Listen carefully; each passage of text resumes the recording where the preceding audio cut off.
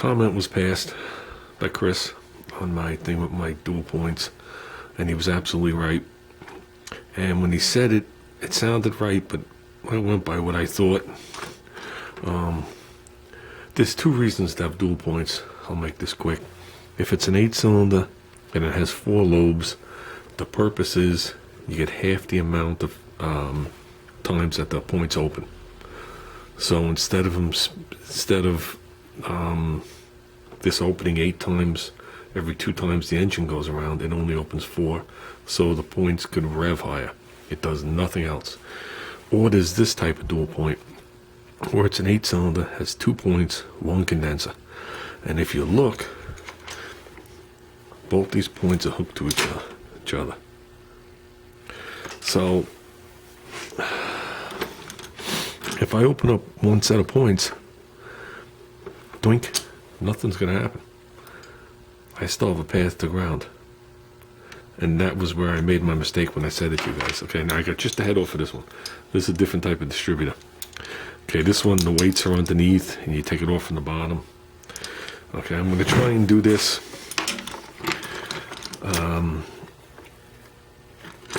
Oh, see, I got nowhere to put the camera. I'm like pinned in here. We're pinned in the garage, guys. We have nowhere to put anything. So let me see if I can reposition something so we can do this. That might work. As long as you guys could see what's going on. I know the camera's blurry and I'm sure I'm going to come in and out because I'm pretty close.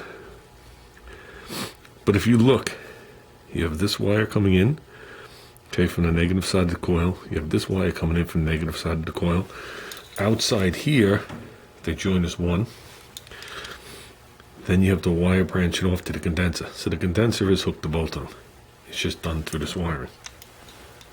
Okay. Now the rotation is in this direction. Now you can hear some extra noises because when you drive it by the top, instead of driving it by the bottom, it makes the advances smack around. But when it's driven this way, it quiets up. Even though some people like the sound of a dual point because it sounds like a sewing machine. You do hear a sound from it. Almost sounds like a gas car.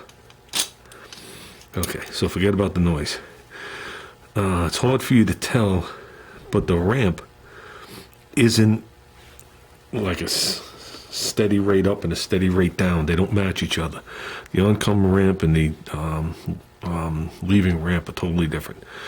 But here's how it works in a nutshell. So let's bring it around. It rotates clockwise. So the first set of points you're going to look at is the ones to your left. If you notice, it's hitting the ramp. Whoop, it's going to hit the ramp. That point set of points is already open. If you look at the ones on the right, we still have a couple degrees before we get there. So when it hits the ones on your left, absolutely positively nothing happens. It can't, because we're still grounded on the right side.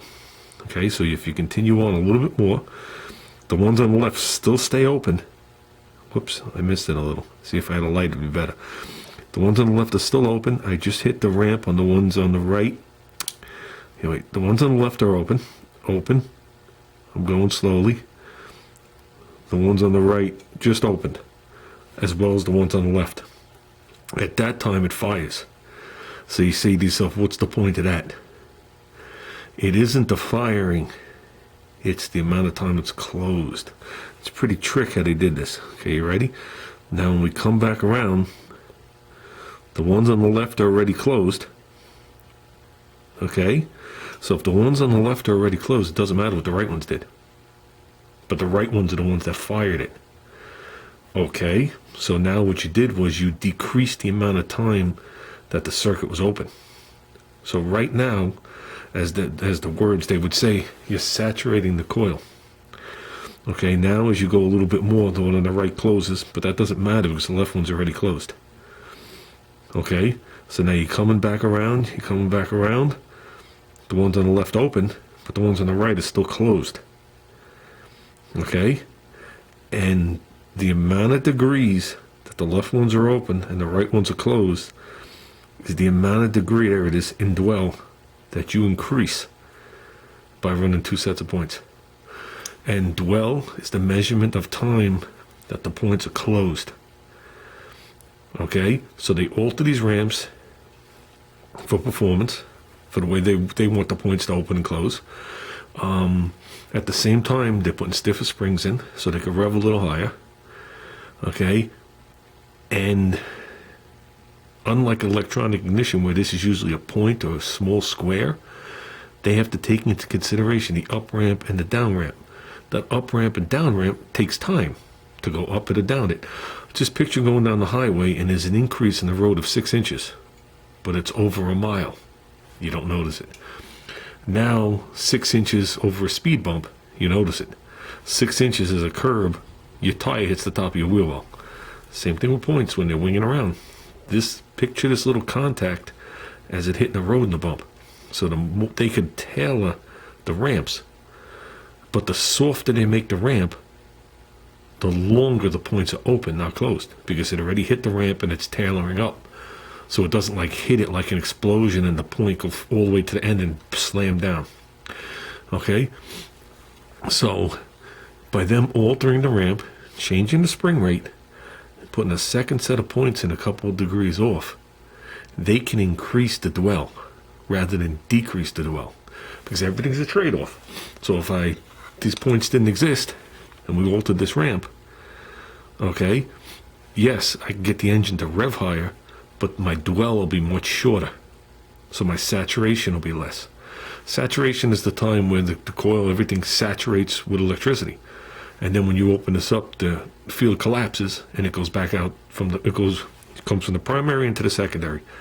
Okay, and it comes out, depending on how many turns there are, is how many times it multiplies. Like if it's 75 to 1, it's 70 times more, or 75 times more. But of course, the trade-off is current. So you get voltage over current. You need the voltage to make the spark. The current is going to help you get it over it. Okay? So everything is a trade-off somewhere. You only have X amount to play with. So by them doing this, whoever invented this figured out a way to take full advantage of this ramp on and off and increase the dwell. I just remember when I was younger, when I watched people do these, they would just take one set, they'd move them to the side, and they'd put something like non-conductive through there. I've seen them use matchbook covers. Okay, and then you can see someone poking through that instead of taking it out. But that's what these little things are. You hook your dwell meter up. Now you're running it through one set of points. Your timing is totally wrong, but you're running it through one set of points. You adjust your dwell through your little thing through the side, reading your meter. And when your dwell is right, you turn off the car, you put something in this set of points, you release this set of points, and you set your dwell here. Okay? And if everything is set right, if this is set 30 and 30, when you combine them together, it should be higher than 30. That's the whole point of it. Because the off time should be longer. Okay? And after you set both of these, that's when you set your base timing. Okay, in this particular model, you go underneath. Just held on with 2 screws. You can take this off right in the car. Okay, you can put it right back down onto your slots. The other piece has 4 things. This looks like it has 8. Okay, and now we got a better view of that Allen key that we were talking about on my other distributor. And you pick these 4 spots, and that'll limit the amount of advance you have, because when this spins around, these weights come out, and it advances. This is your rotor right here, and everything else. Okay, and by changing these springs is how fast this can come out. So it'll come out at a slower speed. If you put really stiff springs on there, you might have to go to 7,000 for them to come out. Put super light ones on that, it might come right out. That's why it's good to make sure this is all serviced and whatever. When I look in here, there's like almost no wear, look, from it touching. Like barely anything touching here. So it makes you wonder how much time was actually on this distributor and how many millions of years it laid. Now the difference between this distributor and the other one is, the other one, this doesn't come off. So this is apparently a different model. And this one here, there's a top retaining plate, which I had here, that also has a bearing in it. So when you put this back on to cover up your points, and you line up where the screws go, which I'm not going to bother doing. There's another bearing to support the shaft, because this shaft needs 2 bearings, since this doesn't connect all the way down. So you got a bearing in here, and a nice big bearing up there. I'm sure there's a big bearing in the bottom. I really don't know. It looks like it. Yeah, there's a big massive bearing in the bottom there too. So that's a pretty big bearing.